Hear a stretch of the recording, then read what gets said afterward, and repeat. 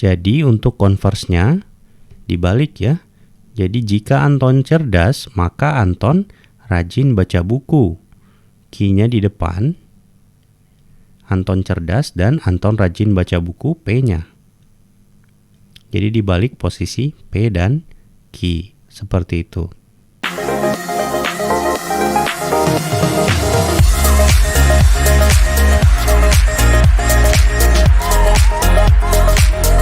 Halo teman-teman, Assalamualaikum warahmatullahi wabarakatuh. Salam sejahtera bagi kita semua. Baik, sebelum kita mulai, jangan lupa memberikan like bila teman-teman menyukai video ini, lalu share video ini ke teman-teman kalian agar teman-teman kalian juga mendapatkan manfaat yang sama.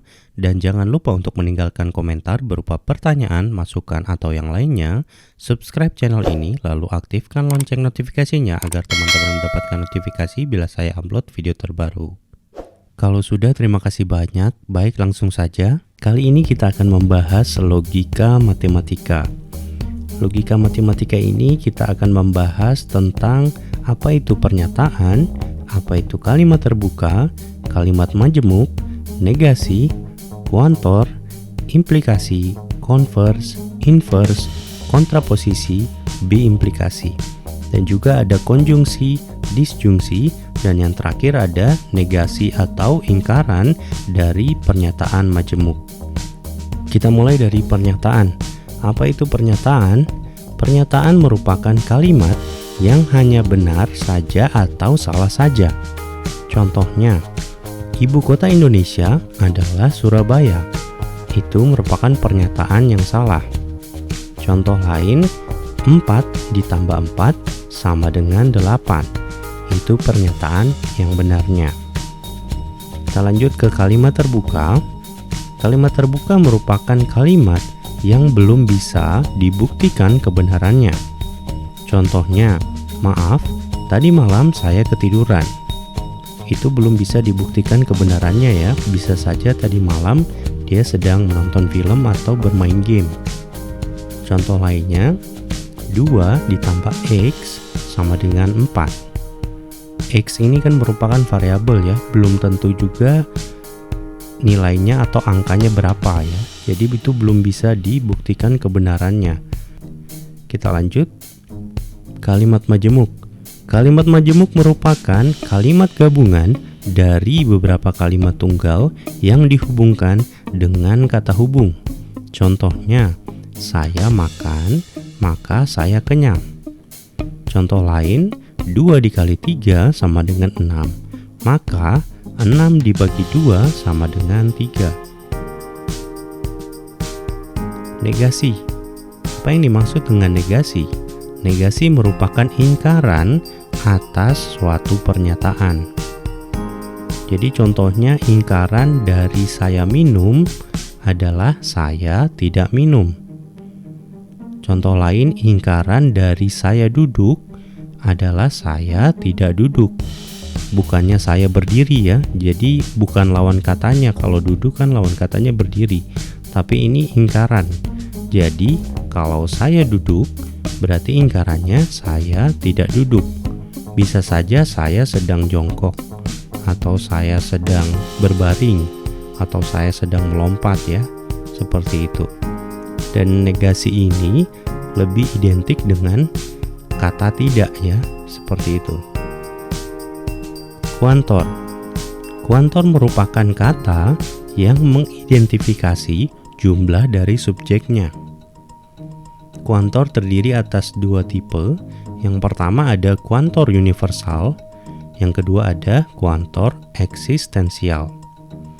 Kuantor universal itu merupakan kata semua, seluruh, setiap, dan seterusnya. Sedangkan yang kuantor eksistensial, dia ada kata terdapat, ada, sebagian, beberapa, dan seterusnya.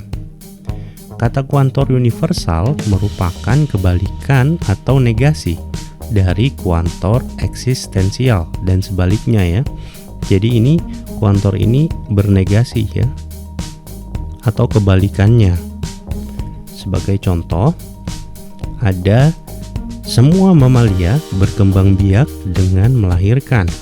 Nah, ini menggunakan kuantor universal ya, semua.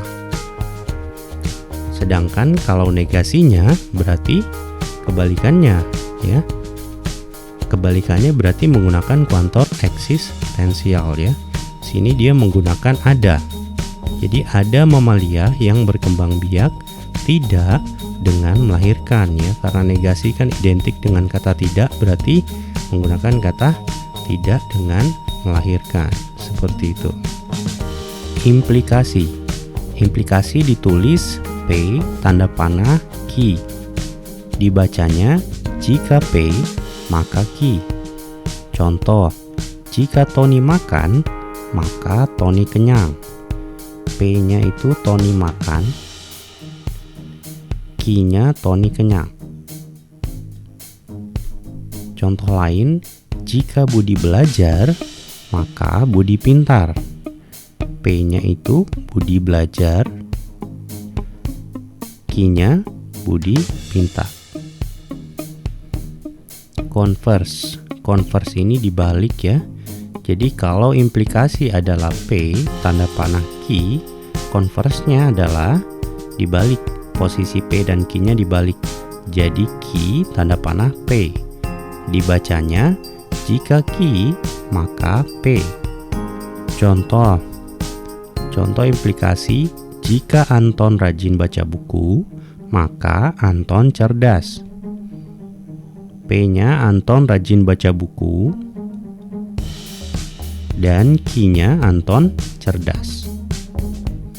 Jadi untuk converse-nya dibalik ya. Jadi jika Anton cerdas, maka Anton rajin baca buku.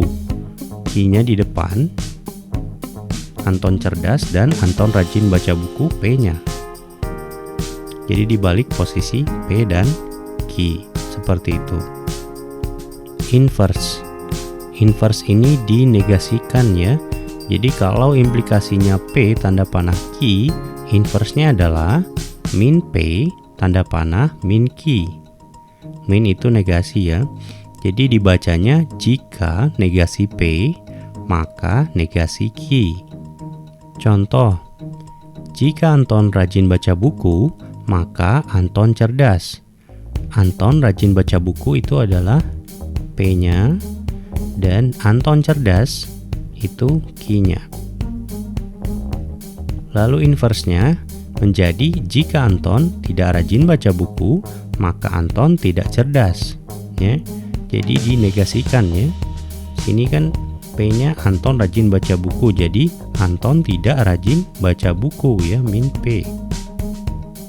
Sedangkan Anton cerdas menjadi Anton tidak cerdas ya, negasi min Q ya. Negasi kan identik dengan kata tidak ya, jadi ditambahkan kata tidak ya, tidak rajin baca buku dan tidak cerdas. Seperti itu. Kontraposisi.